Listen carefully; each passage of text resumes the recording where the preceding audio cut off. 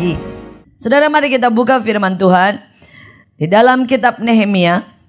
Nehemia pasal yang kedua ayat 1 sampai dengan ayat yang ke-10. Nehemia pasal yang kedua ayat 1 sampai dengan ayat yang ke-10. Saya diberi tema hari ini adalah kekristenan Kristiani. Kita akan belajar beberapa hal saudara, dan saya berdoa supaya ini bisa menjadi berkat buat semua saudara. Nehemia 2 ayat 1 sampai dengan ayat 10 kita akan membacanya berbalas-balasan. Saya membaca ayat 1, saudara menjawab ayat 2 bersama-sama dengan suara keras. Saya membaca ayat 3, saudara menjawab dengan suara keras ayat yang keempat, demikian seterusnya. Di dalam Alkitab saya halaman 516. Nehemia 2 ayat 1 sampai dengan ayat yang ke-10. Nehemia diutus ke Yerusalem pada bulan Nisan tahun ke-20 pemerintahan Raja Artasastra. Ketika menjadi tugasku untuk menyediakan anggur, aku mengangkat anggur dan menyampaikannya kepada raja. Karena aku kelihatan sedih yang memang belum pernah terjadi di hadapan raja. Bertanyalah ia kepadaku, mengapa mukamu muram, walaupun engkau tidak sakit? Engkau tentu sedih hati. Lalu aku menjadi sangat takut. Jawabku kepada raja, hiduplah raja untuk selamanya. Bagaimana mukaku tidak akan muram kalau kota tempat penguburan nenek moyangku telah menjadi reruntuhan dan pintu gerbangnya habis dimakan api. Lalu kata raja kepadaku, jadi apa yang kau inginkan? Maka aku berdoa kepada Allah semesta langit. Kemudian jawabku kepada raja, jika raja menganggap baik dan berkenan kepada hambamu ini, utuslah aku ke Yehuda, ke kota penguburan nenek moyangku, supaya aku membangunnya kembali. Lalu bertanyalah raja kepadaku, sedang permaisuri duduk di sampingnya. Berapa lama engkau dalam perjalanan, dan bilakah engkau kembali? Dan raja berkenan mengutus aku, sesudah aku menyebut suatu jangka waktu kepadanya. Berkatalah aku kepada raja, jika raja menganggap baik, berikanlah aku surat-surat bagi bupati-bupati di daerah seberang sungai Efrat, supaya mereka memperbolehkan aku lalu sampai aku tiba di Yehuda. Pulas pucuk surat bagi Asaf, pengawas taman raja, supaya dia memberikan aku kayu untuk memasang balok-balok pada pintu-pintu gerbang di benteng bait suci, untuk tembok kota dan untuk rumah yang akan kudiami. Dan raja mengabulkan permintaanku itu, karena tangan Allahku yang murah melindungi aku. Maka datanglah aku kepada bupati-bupati di daerah seberang sungai Efrat dan menyerahkan kepada mereka surat-surat raja. Dan raja menyuruh panglima-panglima perang dan orang-orang berkuda menyertai aku. Ketika Sanbalat orang Horon dan Tobia orang Amon pelayan itu mendengar hal itu, mereka sangat kesal karena ada orang yang datang mengusahakan kesejahteraan orang Israel. Amin. Sampai di situ firman Tuhan. Saudara, ayat yang pertama bagian akhir, karena aku kelihatan sedih yang memang belum pernah terjadi di hadapan raja. Saudara, Nehemia ini seorang pemimpin. Di zaman itu kedudukan sebagai juru minuman, saudara, atau membawa minuman kepada raja, itu adalah kedudukan yang sangat tinggi, saudara. Karena raja tidak bisa memperbolehkan semua orang datang dekat kepada dia. Dan orang akan sangat berbahaya kalau orang ini tidak bisa dipercaya. Karena dia bisa memasukkan apa saja untuk meracun dan sebagainya.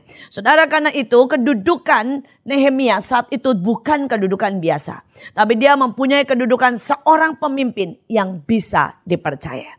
Saudara, yang pertama saudara ya, dalam hidup ini saudara, kalau kita mau naik menjadi kepala, saudara, menjadi satu pertanyaan, bisakah kita ini dipercaya saudara? Saudara, bisakah kita dipercaya oleh Tuhan dan oleh manusia? Ada banyak orang saudara kita tidak bisa dengan mudah mempercayai. Kenapa? Karena memang terbukti. Ya, kalau saya di dalam lingkungan gereja, saya tidak di lingkungan sekuler saudara ya. Kalau di lingkungan gereja ini gampang saudara. Kalau saudara kasih berita yang hot aja dikit ya. Kalau kemudian saudara nyampe kemana-mana, udah backlist saja. Orang ini susah dipercaya saudara. Kenapa? Karena Alkitab berkata, saudara, segala sesuatu itu mulai dari mulut saudara. Ada banyak orang tidak bisa mengendalikan mulutnya. Saudara, dan kalau dia tidak bisa mengendalikan mulutnya, maka dia tidak bisa mengendalikan seluruh tubuhnya. Itu kata Alkitab, saudara. Saudara, nah, kenyataannya kita seringkali seperti itu. Tidak bisa dipercaya. Saudara mau alasannya berkata begini, misalnya dapat berita nih. Ya, keluarganya itu cerai loh. Nanti ngomong lagi, dukung doa ya, dia cerai. Katanya ya saudara ya, alasannya mau dukung doa, mau apa kek saudara ya. Tetap aja gosip mah gosip, digos makin sip saudara. Saudara ini gak bisa dipercaya. Kadang-kadang saudara kalau di dalam pelayanan, kalau saya ngetes saudara ya seseorang, saya tidak akan kasih dia pekerjaan besar. Saudara, pertama kali dulu saya masih ingat ada seseorang datang ke tempat kami. Dia berkata, Bu, saya mau full time.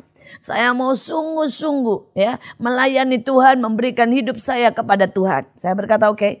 Dia memberikan dirinya untuk full time. Saya berkata saya kasih bagian. Saya berkata mulai sekarang kamu diterima di tempat ini, saya kasih bagian kebersihan WC. Saya bilang semua kebersihan gedung dan WC terutama, saya berkata ya, dapur dan sebagainya bagian saudara. Saudara, dan dalam waktu saudara sebulan saya melihat tidak banyak yang berubah. WC tetap gitu-gitu aja, gak bersih-bersih amat saudara ya. Dan sering kali di jam setelah kebaktian dipakai banyak orang, kok WC tetap kotor. Dia gak punya cara untuk mengatur. Dia gak mengantisipasi. Dia gak bisa ngitung saudara jam kapan WC dipakai dengan banyak. Jam kapan WC perlu dibersihkan ulang. Jam kapan saudara ya WC itu perlu disikat, dikasih karbol supaya tidak mengganggu dari WC keluar bau-bauan yang luar biasa. Saudara ya, kalau ngurus WC aja nggak bisa, bagaimana saya bisa percayakan yang besar? Setelah sebulan, saya masih kasih kesempatan, ini orang nggak saya keluarin. Setelah sebulan dia datang ke saya dan dia berkata begini, Bu, saya pikir saya daftar sebagai full timer. Itu saya akan dapat pekerjaan untuk khotbah. Saya akan dapat pekerjaan untuk mimpin pujian. Kenapa saya dapat pekerjaan buat WC? Saya langsung bilang, berarti saya tahu Anda tidak ngerti artinya pelayanan. Karena Alkitab berkata, ya, pelayanan itu dari yang paling kecil, yang tidak pernah diketahui oleh orang, justru yang upahnya paling besar. Kalau dia tidak ngerti pelayanan, saya berkata, sorry ya. Pertama saya dapati Anda bukan manajer yang baik. Karena memanage WC tetap bersih aja kagak bisa. Saudara ya, apalagi yang lain. Kedua saya dapati, ya, Anda tidak mengerti tentang pelayanan. Dan Anda tidak mengerti tentang setia dalam yang kecil. Saya juga dapati, saya berkata, bahwa Anda tidak bisa dipercaya. Saudara, dan dalam waktu 2 bulan saya tidak keluarkan. Saya biarin aja tetap di situ. Dalam waktu 2 bulan dia keluar. Saudara, kenapa? Bukan karena saya mengeluarkan. Dia mengharapkan yang besar. Dia mengharapkan yang spektakuler. Tapi kondisi membuat dia tidak bisa bertahan. Ujian itu hampir saya berlakukan pada banyak orang. Terutama kalau saya berpikir ini orang punya kapasitas. Salah satu teman saudara ya, sekarang saya sebut dia teman. Pertama juga mendaftar begitu. Dia daftar, saya kasih dia bagian kebersihan seluruh gedung. Saudara, dia sarjana ekonomi. Saudara ya, dia lulusan sekolah Alkitab. Dan saya kasih sama. Tapi dalam waktu setahun saudara, itu semuanya mengkilap. Gedung berubah. Saudara, dia jadwalkan sampai jadwal cat ulang. Saudara ya. Dia jadwalkan WC kapan. Begitu orang datang peret dipakai dia udah ngitung. Masuk semua kebaktian, langsung dia kerahkan orang untuk memberesin. Begitu orang mau pakai lagi, sudah clean lagi. Saudara, sekarang saya boleh berkata, dia saya percayakan untuk menjadi koor dari semua rumah singgah. Dari 18 rumah singgah. Di mana satu rumah singgah punya 800 orang kurang lebih. Kenapa? Karena terbukti bisa dipercaya. Saudara, kekristenan bukan membuat kita langsung naik di atas. Tapi kekristenan membangun karakter kita dari bawah. Saudara, kekristenan menunjukkan bahwa kita ini orang yang bisa dipercaya. Maka otomatis itu akan naik dan naik dan naik. Saya percaya Allah tidak buta. Saya percaya orang-orang di sekitar kita juga tidak buta. Kalau ada karakter yang bisa dipercaya, maka pasti Allah taruh kita di tempat-tempat yang luar biasa. Saudara, yang kedua yang saya tadi katakan di situ. Dikatakan, mengapa mukamu muram walaupun engkau tidak sakit, engkau tentu sedih hati. Lalu aku menjadi sangat takut. Dikatakan saudara, karena dia tidak pernah. Dia bilang, Ya, karena aku kelihatan sedih yang memang belum pernah terjadi di hadapan raja. Saudara, bertahun-tahun Nehemia melayani. Kelihatan sedih aja enggak pernah. Saudara, apa yang saya mau bahas di sini? Alkitab berkata mata ya. Itu jendela. Itu pelita tubuh. Kalau matamu gelap, gelaplah seluruhnya. Tapi Alkitab juga bicara tentang wajah. Kalau Kain disebutnya, mengapa mukamu muram? Lihat, dosa sudah mengintip di depan pintu. Di bahasa Inggrisnya dikatakan mukanya ini light down. Muka yang gelap, saudara. Dikatakan kenapa mukamu gelap? Sehingga kamu tahu dosa itu sudah ngintip kalau mukamu gelap. Nah, saudara, yang saya mau katakan begini. Seorang pemimpin ya, yang pertama bisa dipercaya. Yang kedua, dari wajahnya. Itu harus memancarkan semua yang di dalam. Semua yang di dalam. Saudara, apa yang hari ini ada di dalam hidup saudara? Apakah di dalam hidup saudara ini ada sukacita? Apa di dalam hidup saudara ini ada pengampunan? Apa di dalam hidup saudara ini ada iman? Apa di dalam hidup saudara ini ada kekuatan? Apa di dalam hidup kita ini saudara ada yang namanya sukacita yang dari Tuhan? Ada yang namanya saudara pengharapan. Ada yang namanya belas kasihan. Ada yang namanya pengertian. Itu tercermin dari wajah kita. Tercermin. Itu tercermin dalam sikap kita. Ya, tercermin. Tidak ada saudara.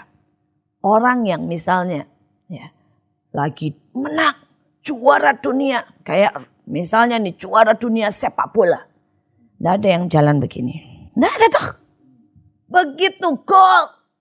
Coba aja lihat gol saudara ya. Mau ada yang lari langsung. Saudara gitu ya. Ada yang mau ngesot berlutut.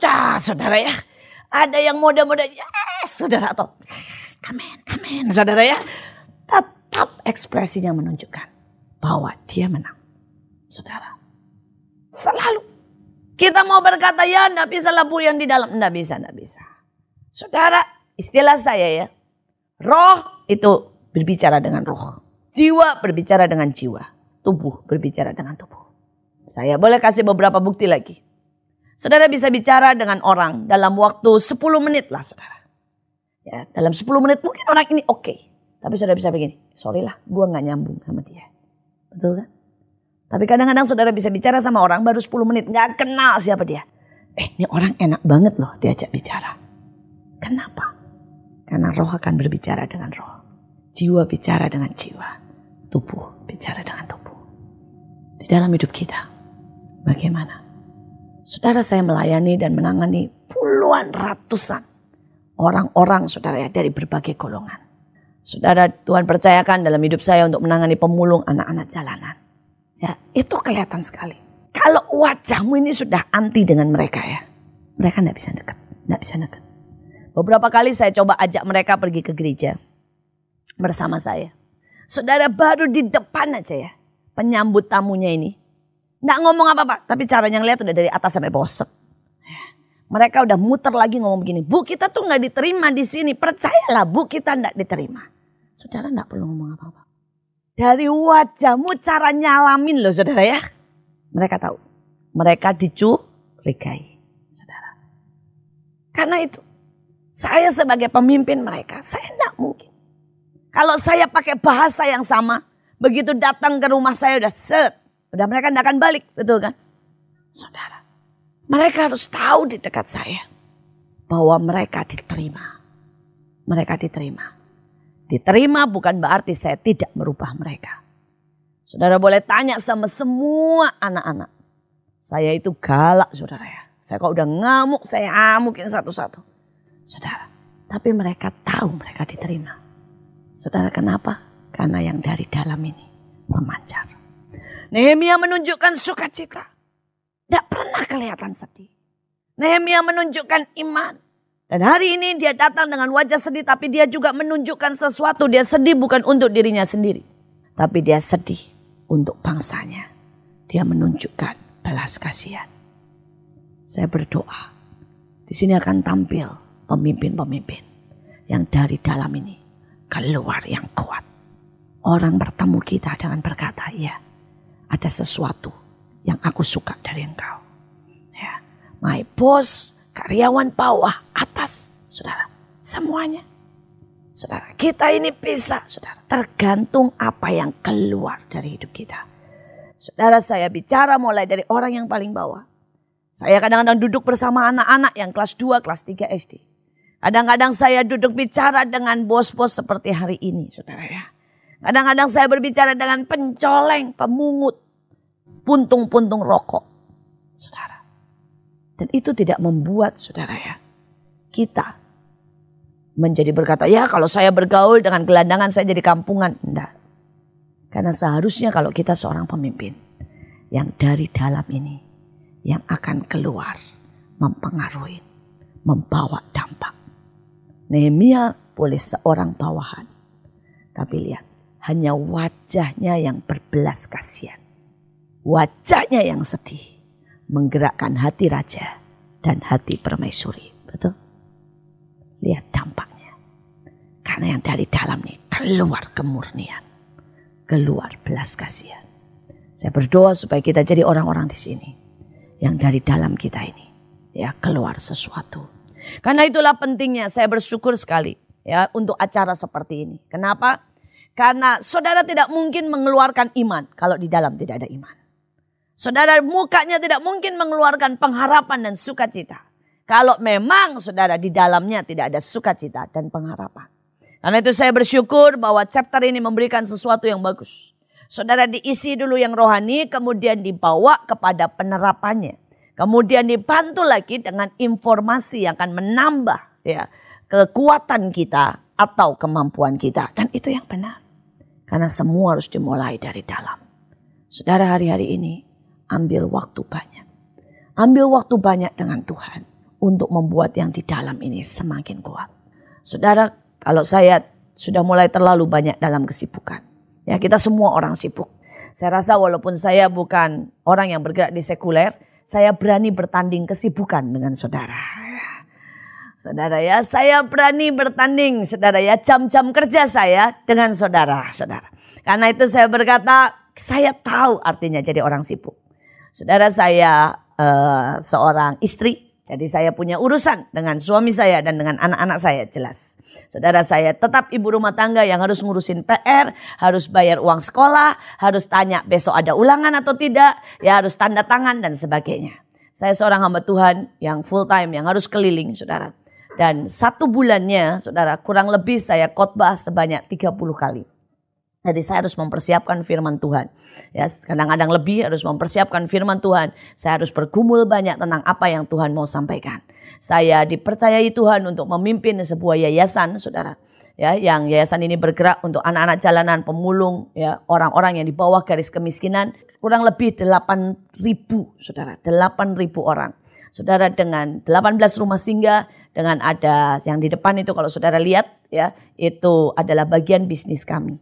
Saudara, kalau saudara membeli itu sama sekali bukan buat kami tapi buat mereka. Karena kami tidak pernah membiarkan mereka itu menjadi peminta-minta. Tapi mereka yang datang ke tempat kami latih, kami buka lapangan-lapangan pekerjaan. Mulai dari membuat kartu, kalau saudara lihat ya, itu semua buatan mereka. Roti kering, jelly, itu semua buatan mereka. Saudara dan saudara berkata, Bu, apa bersih? Saya tanggung, saudara ya. Kalau enggak nanti saya kena sama Depkes, saudara. Karena kami punya izin juga, saudara. Ini bukan gelap, saudara. Kami punya izin. Ya, kami punya PT selain yayasan, saudara. Jadi kalau misalnya enggak beres, kami juga kena sama Depkesnya, saudara. Jadi jelly dan sebagainya saya tanggung. Bahkan, saudara, kalau saudara beli jelly di luar, karena itu kami sudah pernah, saudara. Saya berani, saudara. Karena kami pernah uji coba. Saudara, jelly-jelly yang di luar itu semua sebenarnya kelewat dari batas POM, saudara. Sehingga saudara mereka bisa lebih murah dan penampilan lebih bagus. Jadi misalnya ya, saat pewarna, ya itu batasnya sekian. Saat pemanis batasnya sekian. Itu semua lewat, saudara. Itu memang tidak berbahaya, ya. Tapi itu menyebabkan saudara bisa murah. Itu menyebabkan bisa murah. Misalnya aja jelinya nih saudara. Saya ngomong terus terang sama saudara. Saudara, kalau itu pakai zat kimia itu enggak berbahaya. Itu tinggal ditetesin kental, saudara. Tapi kalau pakai asli jelly dari rumput laut itu mahal, saudara. Nah, tinggal milih, saudara ya. Saudara mau yang packagingnya bagus, tapi semua zat kimia, saudara. Ya, pasti ada jelinya, ada rumput lautnya, tapi kadarnya, saudara. Dan kami berusaha untuk packaging tidak terlalu, tapi kami memilih yang dari Tuhan. Artinya jujur, saudara ya, bisa dipercaya. Kami memilih dengan asli rumput laut, saudara ya. Asli dari jelinya, dari serat, saudara. Saudara, nah hal itu membuat mahal. Ada beberapa orang berkata, makanya jadi mahal. Iya, memang kami tahu, saudara ya. Dan wajahnya jadi kurang menarik, memang. Tapi kami belajar untuk berkata, iya. Kami belajar berkata, bisa dipercaya. Bisa dipercaya. Karena itu kalau saudara membeli, saudara akan membantu sangat mereka. Setiap kali kartu ya yang mereka buat satu kartu, mereka bisa dapat saudara 150 misalnya. Setiap kali satu jeli mereka dapat 50 rupiah. Dan saudara itu dikali gandakan sehingga membuat mereka bisa hidup, bisa makan dan sebagainya. Tapi hati saya terus saudara ya untuk meminta orang-orang Kristen ikut membantu. Kenapa? Karena di kami saudara ada kurang lebih 3.000 tenaga kerja. Tapi yang baru bekerja baru 300 atau kurang lebih saudara ya 1/10. Saudara kenapa? Karena kami bisa saja produksi. Marketnya yang tidak ada saudara. Saudara, tidak mungkin kami bersaing dengan produk orang yang di luar. Tidak mungkin. Jeli kami itu ya belum untung aja harganya sudah lebih mahal dari yang di toko, saudara. Jadi tidak mungkin, saudara. Ya nanti mungkin ada orang-orang di sini yang ahli bisnis yang bisa menyeimbangkan hal itu, saudara.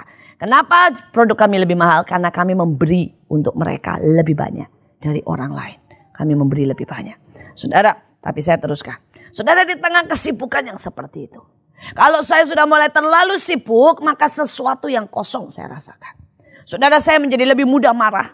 Saya menjadi lebih menuntut orang lain. Saya menjadi kurang berpengertian, saudara. Dan biasanya saudara ya, mulai tidak ada kasih. Saudara ya, yang saya sampaikan ini hanya rutinitas. Tapi tidak ada sesuatu yang keluar dari hidup saya. Nah saudara, karena itu saya mau berkata. Seberapapun sibuknya saudara, kita tetap membutuhkan Tuhan. Kita butuh waktu di mana kita punya hubungan dengan Tuhan. Kita butuh waktu saudara. Di mana kita benar-benar mengambil sesuatu yang ilahi dan taruh saudara di dalam hidup kita.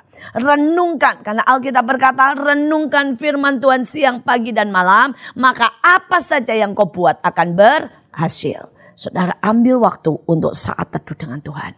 Ambil waktu sungguh untuk intim dengan Tuhan. Itu akan menjadi kekuatan, akan menjadi sumber ide, akan menjadi sumber iman, sumber pengharapan, sumber kasih dalam hidup kita. Kita lanjutkan. Saudara, kita lihat ayat yang ketiga. Jawabku kepada raja, hiduplah raja untuk selamanya. Bagaimana mukaku tidak akan muram kalau kota tempat penguburan nenek moyangku telah menjadi reruntuhan dan pintu-pintu gerbangnya habis dimakan api. Lalu kata raja kepadaku, jadi apa yang kau inginkan? Maka aku berdoa kepada Allah semesta langit. Saya bersyukur. Nehemia ini orang pandai. Nehemia orang bisa dipercaya. Nehemia ini orang yang punya banyak saudara ya. Penilaian dan aspek. Tapi pada waktu pintu kesempatan dibuka. Raja tanyakan sama dia. Jadi apa yang kau inginkan? Dia tidak langsung bertindak. Dia tidak langsung berkata, ya saya mau ini. Tidak. Tapi ayatnya berkata, maka aku berdoa kepada Allah semesta langit. Satu hal yang saya mau berkata, yang perbedaan sangat jelas antara pemimpin Kristen dan bukan. Pemimpin Kristen tahu artinya meminta petunjuk kepada Tuhan. Saudara boleh dibekali dengan segala macam yang ajaib dari dunia. Saudara boleh tahu semuanya. Tapi saya mau berkata, kalau saudara tangkap yang dari Tuhan, itu ajaib. Itu lebih. Itu hikmat di luar hikmat manusia. Saya sudah melihat itu dan belajar itu dari dulu saudara. Saudara, saya berdoa supaya saudara mulai berkata, Tuhan buat aku mendengar suaramu.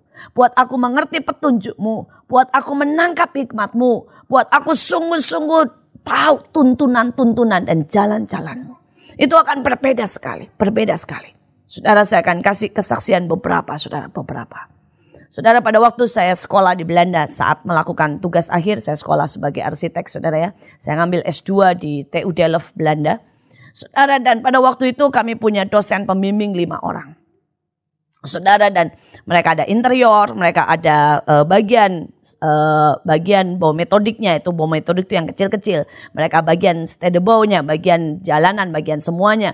Mereka ada bagian, saudara ya, tentang kecanggihan daripada bentuknya, daripada fisikanya dan sebagainya lah, saudara. Pokoknya ada 5. Dan masalahnya 5 ini tidak pernah akur, saudara. Ya.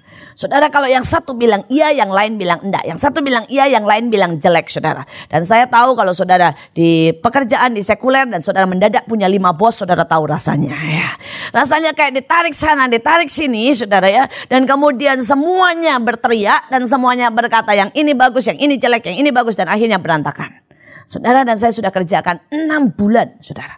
Dan tidak pernah dapat persetujuan mereka. Untuk dapat 5-5-nya bilang yes dan maju itu tidak dapat, saudara. Saudara, dan setiap kali saya ngeluh, saya berkata, Pak, istilah saya, kalau Bapak ini tidak pernah setuju satu sama lain, bagaimana? Saya bilang ya, saya bisa selesai. Ini bisa berantem terus, tidak pernah selesai. Dan mereka jawab begini, ini belum apa-apa. Nanti di kenyataan, di sekuler lebih parah dari ini. Jadi hadapilah, katanya, saudara. Saya berpikir enak banget jawabnya ya. Ya, jadi hadapilah, padahal waktu kan terus berjalan. Sampai saya menyerah benar, saudara. Tapi saya ingat hari itu. Pada waktu saya menyerah, saya bilang, Tuhan, saya tidak sanggup. Udah 6 bulan. Dan semuanya ditolak. Satu iya, yang lain tidak. Satu iya, yang lain tidak. Saya bilang, saya tidak sanggup. Waktu saya tinggal 2 bulan. Kalau saya 2 bulan tidak selesaiin tugas akhir itu, saya ngulang dari awal lagi. Saya bayar lagi dari awal. Kan tidak lucu, saudara. Saya bilang, waktu saya tinggal 2 bulan. Please Tuhan. Saudara, di tengah saya sedang itu, saya pasang kaset pujian. Saya taruh tuh, saudara ya, di sekolah. Di meja gambar saya taruh kertas besar. Saya doa, dan saya berbahasa roh. Saudara, dan tiba-tiba saat itu saya iseng aja, saudara. Saya iseng, saya coret-coret, cerat-cerat, saudara ya, pakai penggaris. Enggak ada apapun. Saya cuma benar-benar coret-coret, saudara. Saya sembari memuji, menyembah, saya coret-coret. Tiba-tiba itu datang satu dosen saya. Dosen yang paling galak, saudara. Ya, dari bagian mekanika.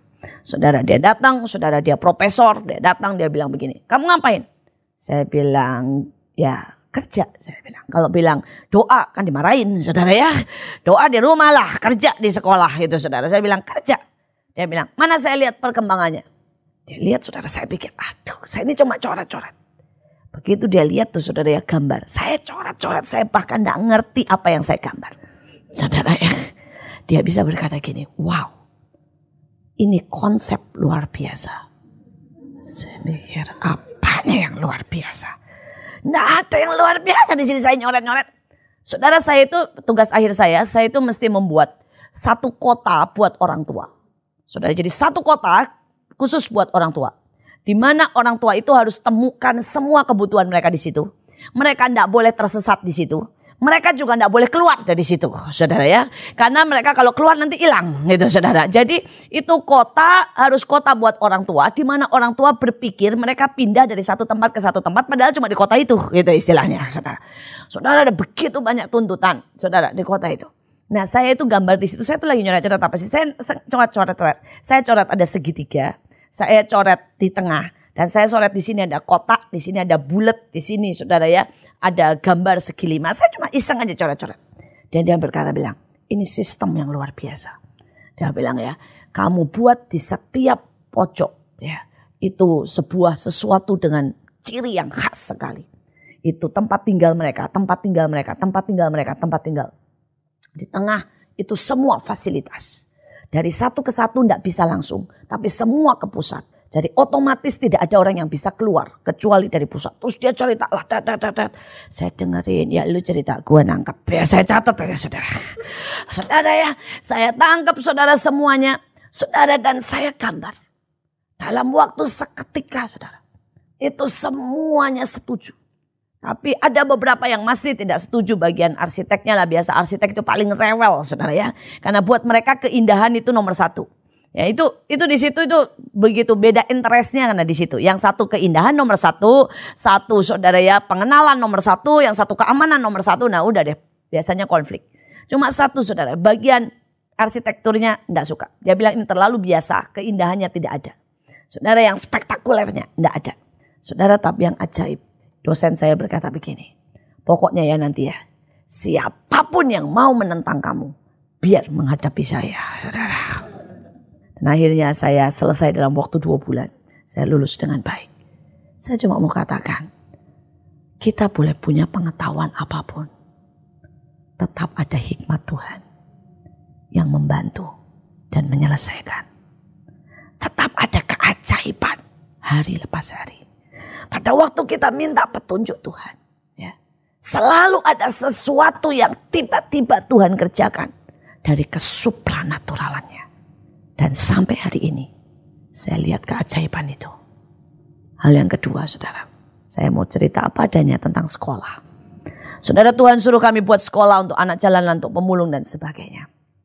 Tuhan suruh buat dari mulai TK sampai dengan SMA. Dan saya undang kapan-kapan saudara ke tempat kami, saudara ya, untuk melihat, memberkati, mendoakan kami, saudara.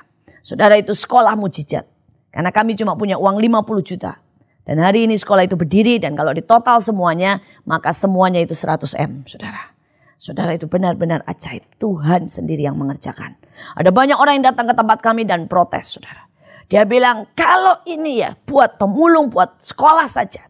Kenapa pakai pemborosan seperti ini? Saya tanya, apanya yang pemborosan? Dia bilang, lihat aja lantainya. Dia bilang, kalau semua orang tahu, ya di sini banyak yang dari keramik, semoga nggak tahu lah saudara. Dia bilang, yang murah itu kan yang putih biasa katanya. Kenapa ini ada yang motif marmer, ada yang merah, kuning, hijau? Kenapa sekolah masih dibuat kayak mall? Saya senyum aja, saya bilang, masalahnya bukan begitu saudara. Masalahnya yang nyumbang itu ada yang hijau, ada yang merah, ada yang kuning. Nah saudara, kita bisa buat itu jadi belang-belang jelek. Tapi kita bisa padukan semuanya. Jadilah seperti mall Kelapa Gading yang keren banget. Betul kan? Jadi kalau saudara ke sekolah kami, saudara tidak akan rasakan di sekolah. Saudara akan rasakan suasana mall di tengah-tengah kita. Saudara ya, orang tanya, ini buat apa sekolah kok kayak begini katanya ya. Saudara katanya pintunya aja bagus. Saya bilang jangan protes dulu, pintunya juga gratis masalahnya saudara. Saudara, pintunya itu ada orang datangkan saudara dari luar negeri, pintu buat mall, buat perkantoran. Saudara, dia datangkan dari luar negeri karena ada pesanan saudara. Dan dia itu bisa salah ngitung. Dia kelebihan 150 biji saudara. Jadi dari pesanan ya itu kelebihan 150 biji saudara. Mau dijual di tempat lain nanggung karena dia ini bukan orang yang jual eceran. Dia cuma pesen saudara. Dia cuma pesen, jadi dari sini beli, pesen, dia pesenin. Jadi dia enggak punya toko, enggak bisa jual. Dia teleponlah saya, Bu, saya punya kelebihan 150 pintu. Mau enggak? Mau, kirim aja. Jadilah pintu kami oke banget saudara. Ya. Saudara, dan itu terjadi. Kami punya saniter yang oke banget saudara. Orang juga protes, kenapa enggak WC jongkok aja lah yang jelek-jelek aja. Karena saya berkata, kita punya Allah yang ajaib. Tuhan selalu, dia tidak pernah pandang rendah orang. Dia berikan, Tuhan itu punya selera loh saudara. Dan seleranya oke banget saudara ya. Dia berikan yang terbaik. Nah, bicara soal sekolah ini. Saudara, untuk persyaratan sekolah ini mendapat pengakuan. Ya, saudara kan ada disamakan dan sebagainya ya. Itu susah, banyak peraturannya. Saudara, dan salah satunya jelas guru-gurunya, semuanya harus tidak punya latar belakang negatif. Semuanya saudara harus, guru-gurunya semua ada surat kelakuan baik dan begini-begini. Kami tahu. Tapi pada waktu saya berdoa, minta petunjuk Tuhan.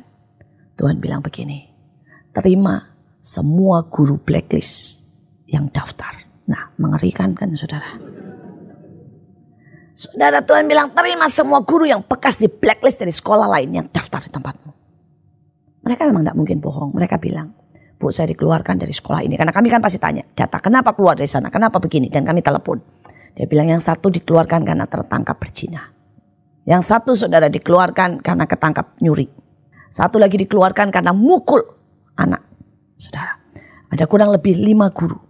Itu semua dikeluarkan dari sekolah lain. Blacklist. Dan mereka daftar. Dan Tuhan bilang, terima semua mereka.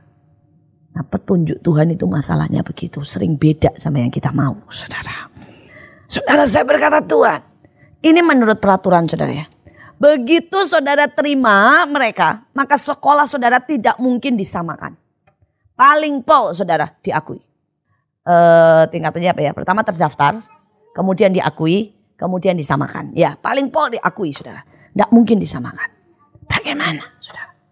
Padahal saya tahu dan saya mau sampai disamakan. Saudara, tapi saya belajar untuk lebih taat pada Tuhan daripada taat kepada manusia. Kami terima semuanya. Dan hari-hari ini, guru-guru ini semua dilawat Tuhan menjadi guru-guru yang terbaik. Saudara, kadang-kadang manusia, ya, sekali kesalahan habis. Tapi Tuhan selalu punya kesempatan kedua dan ketiga. Saya berdoa kita jadi pemimpin-pemimpin. Bukan seperti pemimpin dunia. Yang kita hanya lihat seseorang dari hasil. Kita hanya lihat dari mereka sekali buat kesalahan, buang. Tapi kita punya hati Tuhan yang melihat setiap jiwa, ya, punya nilai kekal yang berharga. Kita sebagai pemimpin bukan menjadi orang yang ingin memeras, tapi kita menjadi teladan. Bahkan kita memberikan kepada setiap orang. Kita bangun. Saya sebagai pemimpin, saya selalu punya saudara ya, patokan buat hidup saya. Saya berkata, pemimpin akan melahirkan pemimpin, saudara. Buat saya, pemimpin mempunyai pengikut, iya. Tapi pemimpin harus melahirkan pemimpin. Pemimpin tidak bisa dicetak, pemimpin dilahirkan. Saudara, arti melahirkan, saudara harus mengandungnya. Pada waktu saudara mengandung, saudara memberi makan. Betul kan? Saudara ya, saudara memberi makan.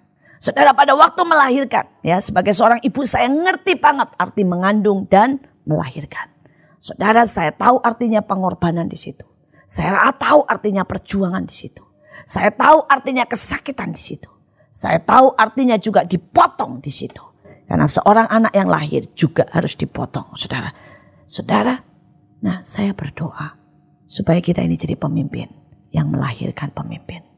Kita tidak hanya cuma saudara punya pengikut, tapi melahirkan pemimpin. Kita beri makan orang-orang di bawah kita. Kita kandung mereka dengan kasih, rasa aman, penerimaan. Kita salurkan semua yang kita punya.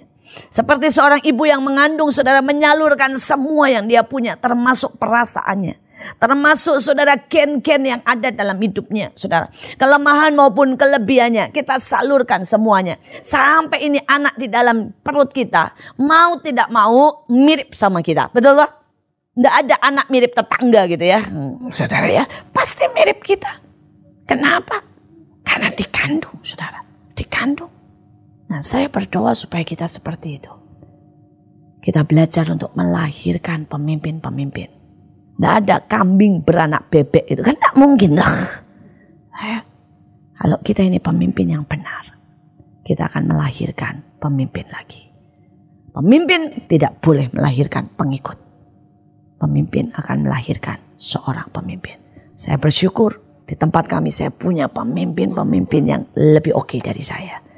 Ya, karena saya tahu, saudara, saudara bawa mereka untuk kenal seluruh hidup saya. Saya mau hidup saya memberi makan, memberi apa saja yang saya bisa salurkan. Tapi ada saatnya saya tahu mereka sudah waktunya dilahirkan. Saya potong dan biarkan mereka bertumbuh. Dan hari ini mereka menjadi orang-orang yang lebih besar dari saya. Seorang pemimpin tidak perlu takut tersaingi. Kalau engkau melahirkan pemimpin dan itu anakmu sendiri, kau punya hubungan batin, engkau bahkan bersuka kalau orang-orang ini menjadi lebih besar dari engkau. Betul? Saudara, saya punya anak, saudara ya, laki-laki di rumah saya. Walaupun umurnya 12, saudara ya, umurnya baru 10, tingginya sudah seperti saya.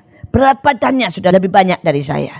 Saudara, bahkan ukuran kaosnya sudah lebih besar. Tapi saya tidak mungkin gini kan, gawat nih anak, kebesaran ya. Gua gak kasih makan supaya lebih kecil terus dari saya. Nah mungkin. Setiap kali saya lihat anak saya berkata, wow ya. Saya suka banget dia makin ketek, makin gagah, makin oke, saudara ya. Dan saya berdoa, itu ada di dalam hidup kita. Kita punya seperti itu untuk kita salurkan. Saudara, singkat cerita, saudara, akhirnya kami rubah mereka dengan anugerah Tuhan menjadi pemimpin-pemimpin yang oke. Guru ini. Tapi kemudian datanglah pemeriksaan. Tapi saya bersyukur, saudara. Saudara, biasanya kalau pemeriksaan itu dari pagi, saudara ya. Dari pagi sampai saudara sore. Dan kemudian baru mereka memberikan penilaian. Jadi mereka akan teliti semuanya, saudara. Tapi ini ajaib. Mereka cari tempat kami tidak ketemu. Jadi mereka baru sampai di tempat kami tidak jam 7 seperti yang lain. Tapi jam 11 siang. Saudara. Setelah sampai di tempat kami, saudara ya. Sejujurnya kan data guru kami itu kan seperti itu. Saudara, dan kemudian dia cuma bilang ini, saya cuma mau lihat 4 acak. Dia ambil sendiri saudara, data dan laporan tentang guru-guru itu. Saudara, sejujurnya ya, yang sungguh-sungguh beres itu cuma 4. Tapi saya mau lihat, saya mau berkata Tuhan itu ajaib. Dari tumpuan data guru diambil 4. Yang diambil semua yang the best dan yang beres. Saudara, saya mau berkata kalau Tuhan yang suruh, Tuhan bertanggung jawab. Amin. Saudara, dia cek saudara yang namanya mata pelajaran kami. Saudara, dari semua mata pelajaran itu harus dibuat per hari dan per kelas. Saudara, itu susahnya setengah mati dan kami belum beres. Yang beres itu baru 4 mata pelajaran. Saudara, salah satunya Sains, Mandarin, Inggris, dan satu lagi saya lupa. Pokoknya cuma 4 yang kami beres, saudara. Dan saya minta silabusnya buat pelajaran-pelajaran. Dia bilang saya tidak mungkin sempetin semua periksa. Karena waktunya mepet. Dia cuma minta 4. Dan dia minta juga 4 dari yang beres. Sains, Mandarin, Inggris, dan satunya saya lupa. Saudara, Allah itu luar biasa. Dan hari ini kami sudah dapat, saudara. Sekolah kami statusnya disamakan dengan status A+, saudara. Itu artinya yang tertinggi dari seluruh nilai. Yang saya mau katakan, saya tidak mau berbangga dengan itu. Tapi saya berkata, kalau saudara ini minta petunjuk Tuhan ya, maka saudara akan lihat. Di atas kemampuan manusia, di atas pikiran manusia, yang tidak mungkin, Allah sedang berikan ide buat saudara. Dan kalau Allah yang suruh, Allah bertanggung jawab. Pada waktu saudara ya, saya berkata ini akan dicampur antara sekolah ini, antara anak-anak yang paling miskin dengan orang kaya. Semua orang berkata tidak mungkin kerja. Tidak mungkin bisa, saudara. Tapi hari ini sekolah itu berjalan, dicampur dan berhasil baik. Kemarin kami baru didatangi profesor dari bagian pendidikan. Saudara, dia profesor bagian pendidikan, saudara. Dan dia mengadakan penyelidikan. Saudara, dia punya statement begini. Anak-anak dari kalangan bawah, ya, anak-anak dari keluarga yang sangat minus, di bawah garis kemiskinan, itu mempunyai beberapa hal yang tidak mungkin diubah. Salah satunya mereka tidak akan pernah punya mimpi yang tinggi. Saudara, mereka tidak akan pernah punya mimpi yang tinggi. Mereka tidak akan pernah, saudara, ya, mereka berubah tentang cara bicara dan sebagainya. Pokoknya ada 4 hal, saya lupa lah, saudara. Ini profesor loh, saudara. Dan dia datang ke tempat kami, saudara. Dia ngomong sama anak-anak ini, di briefing, di wawancara satu-satu. Dan dia berkata, semua statement saya harus digagalkan. Karena semua anak-anak itu berubah. Dia temui seorang anak tukang cuci, buruh cuci. Ditanya, kalau kamu boleh kasih 1 keinginan, pengen apa? Buat masa depan kamu. Kamu pengen apa? Saudara, dia ini survei di seluruh Indonesia sampai dia buat statement itu.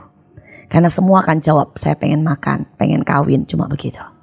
Kalau anak dari golongan bawah, dia anak ini berkata, saya pengen ya Pak, sekolah di luar negeri dan pulang jadi menteri di Indonesia. Kaget ya, anak buruh cuci. Saudara, anak buruh cuci. Saudara yang satu lagi, saudara dia temui saudara. Dan dia tanya, ya, dia tanya tentang hidup ini. Dia bilang, papa mamamu miskin, ya, menurut kamu, ya, kamu mungkin tidak sukses. Saudara, semua jawabnya apa? Taulah gimana nasib. Pokoknya jawabnya kira-kira ke arah sana. Ini anak berkata, pasti saya sukses. Karena Tuhan merubah kutuk jadi berkat. Bingung dia. Dia bingung, dia bilang ini jawaban gak pernah muncul. Sudah saya selidikin selama 10 tahun loh saudara. Dia bilang, apa yang membuat anak-anak ini punya jawaban yang berbeda. Dan briefingnya kan gak di depan kami. Jadi bukan karena takut kan ya anak, saudara ya. Saudara, dia bilang, apa yang membuat berbeda? Saudara, saya mau berkata, pada waktu Tuhan memberi petunjuk kepada saudara, tangkap itu. Engkau akan membuat perubahan. Engkau akan buat, saudara ya, sesuatu yang berbeda. Kita akan lompat dari standar manusia menjadi standar ilahi. Kita akan buat terobosan. Dan jangan pernah berpikir itu hanya soal yang rohani. Karena saya berkata, soal yang rohani harus dilahirkan kepada yang jasmani. Soal yang rohani harus punya dampak kepada yang jasmani. Tanpa itu, maka kerohanianmu tidak real.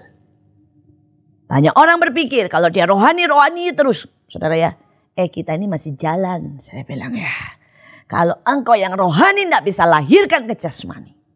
Engkau yang rohani tidak bisa punya dampak ke yang jasmani. Namanya cuma agama. Dan itu tidak real. Tapi kalau kita bicara kekristenan, itu artinya Tuhan jadi manusia. Firman jadi daging. Hidup kita jadi berkat, jadi kenyataan. Saudara, ada beberapa hal yang saya mau percepat saja. Setelah itu, setelah meminta petunjuk kepada Tuhan, saudara, Nehemia ini berani mengambil resiko. Kalau dia tidak berani mengambil resiko, maka dia berkata, saudara ya, itu urusan nenek moyangku, urusan orang yang di sana. Nanti kalau saya lepaskan jabatan ini, kemudian raja punya orang baru yang lebih oke lagi, saya balik tidak dapat jabatan itu lagi. Betul tak? Saudara, dan dia berkata, lebih baik gini aja deh, yang gampang. Saya ambil duit saya kirim ke sana, suruh orang ke sana. Itu yang paling gampang, betul kan? Saudara, tapi lihat, Nehemia tidak pernah seperti itu. Dia pergi sendiri, dia pimpin sendiri. Saudara, saya berdoa di sini akan muncul pemimpin-pemimpin yang berani keluar dari kenyamanan. Pemimpin-pemimpin ya, yang akan jadikan hidupnya seperti Musa yang membawa banyak orang keluar dari perbudakan. Banyak di sini Tuhan akan bangkitkan pemimpin-pemimpin yang akan seperti Joshua. Dia memimpin perang. Saudara, di sejarah kemiliteran kalau saudara baca ya, itu ada sesuatu yang aneh.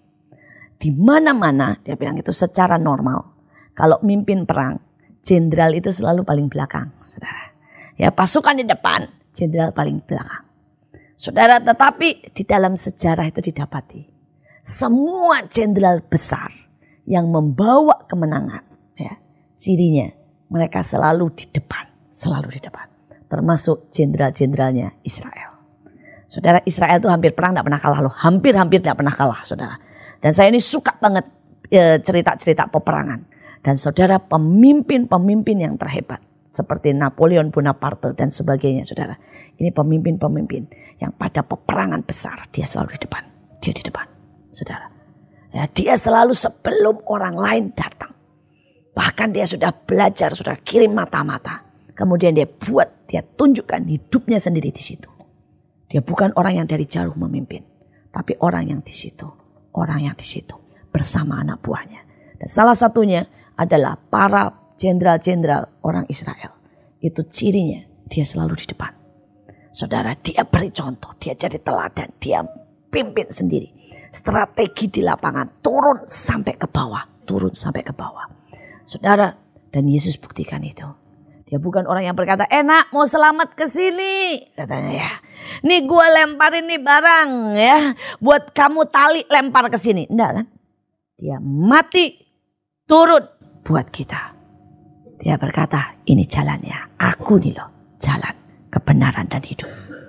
Dan semua orang melewati hidupnya bertemu dengan Tuhan. Saya berdoa ada pemimpin-pemimpin yang seperti Nehemia, seperti Yesus. Dia jadi jalan buat banyak orang. Dia jadi contoh kebenaran buat banyak orang. Dia jadi kehidupan buat banyak orang. Apa artinya? Ada banyak perusahaan tidak pernah hidup karena pemimpinnya tidak hidup. Ada banyak persekutuan tidak hidup karena pemimpinnya tidak hidup. Ada banyak saudara ya, apapun yang saudara buatlah, pelayanan-pelayanan misalnya, ke penjara aja saudara ya. Itu bisa menjadi satu rutinitas yang tidak ada kehidupan. Atau saudara bisa di situ melakukan pelayanan di penjara dan menjadi satu pelayanan yang hidup. Tergantung pemimpinnya. Kalau pemimpinnya turun, pasti ada kehidupan. Pemimpinnya tidak turun, saudara tidak bisa. Saudara ada banyak kenapa tidak pernah ada jalan. Karena pemimpinnya tidak pernah turun ke bawah. Saudara, pemimpinnya cuma di atas dan berkata harusnya begini. Tidak pernah tahu sampai yang ke bawah, saudara. Saudara, Yesus turun dan membuat ada jalan. Kalau kita punya jadi pemimpin, ada jalan. Saya sudah hadapi begitu banyak persoalan di dalam pelayanan. Ya, ada jalan. Saudara, selalu ada jalan. Kalau kita berani minta petunjuk Tuhan dan kita berani turun. Kita berani di depan. Saudara, selalu ada jalan. Saudara, dan buat hidupmu ini jadi standar kebenaran. Paulus dengan tegas berkata, ikuti aku. Seperti aku hidup, biarlah engkau hidup seperti aku. Artinya saudara, ada banyak orang yang berkata, misalnya kalau di dalam pelayanan ya, ini saya tidak bicara di sekuler, di pelayanan begini. Puasa 3 hari, tapi pemimpin gak puasa, saudara ya. Pendeta bisa berkata, kasih perpuluhan, pemimpin gak kasih perpuluhan. Gimana, saudara? Saya belajar, saudara ya. Sebelum saya suruh anak buah untuk kasih perpuluhan, saya kasih lebih dari perpuluhan. Sebelum saya suruh anak buah untuk puasa, saya sudah puasa lebih dari mereka. Sebelum saya suruh mereka baca Alkitab, saya sudah habisin Alkitab ini lebih dari 50 kali bolak-balik. Saudara, kenapa? Karena saya tidak mungkin ya, kasih satu peraturan kalau saya tidak bisa mengikutinya. Saudara, ini hari-hari kita diminta untuk jadi pemimpin. Kita diminta untuk jadi pemimpin. Saudara, saya berdoa supaya hidup kita seperti Nehemia. Ya, hidup kita benar-benar akan menjadi naik dan tidak turun. Hidup kita punya kekuatan untuk mewarnai, merubah, membuka pintu, membuat terobosan. Saudara, dan kita lihat bagaimana Nehemia ini mendapat semuanya. Saudara, Nehemia mendapat surat izin. Dapat yang namanya, saudara ya, itu hutannya raja boleh ditebangin buat dia. Betul kan? Saudara, dan dia mendapat kemudahan. Dia mendapat kawalan lagi dari tentara-tentara. Saya berdoa. Karena Allah sudah siap memberkati kita. Allah siap memberikan kemudahan. Allah siap memberikan saudara banyak hal buat kita. Tapi yang jadi masalah, apakah kita siap bekerja sama sejalan dengan Tuhan, menjadi pemimpin yang bisa dipercaya, yang di dalam ini penuh dengan yang ilahi, dan kita keluarkan. Bisa enggak kita? Bisa enggak kita menjadikan hidup kita jalan buat orang lain, menjadikan hidup kita kehidupan buat orang lain, menjadikan hidup kita standar kebenaran buat orang lain. Mari kita berdoa.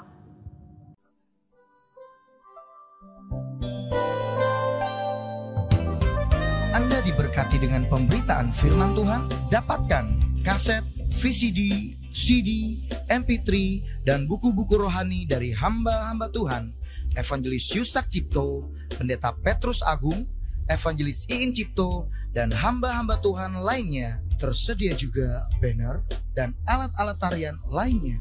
Hanya di toko buku Bless to Bless. Bless to Bless. Bless to Bless.